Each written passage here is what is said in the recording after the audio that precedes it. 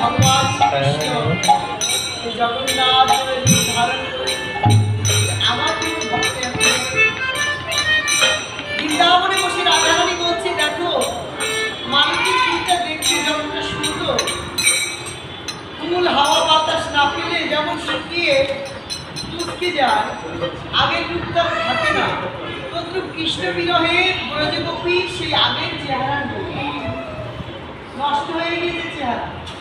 সে কথা ভেবে ভেবে ভগবান কৃষ্ণ ভাবেন, আমার অন্তরে যে আমার ভক্তের অন্তর নষ্ট হয়ে যায়, তাহলে আমি একটা সুন্দর তিনিও ভক্তের বিরহের রূপ অঙ্গীকার করলেন, আর সাথে সাথে জগন্নাথের ওই রূপ হয়ে গেলেন।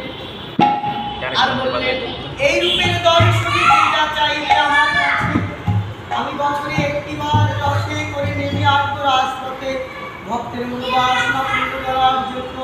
যে আমাকে দর্শন করবে, যে যাহাই আমার কাছে চাইবে, তার মনোবাসনা আমি পূর্ণ করিব। জয় জয় জগন্নাথ।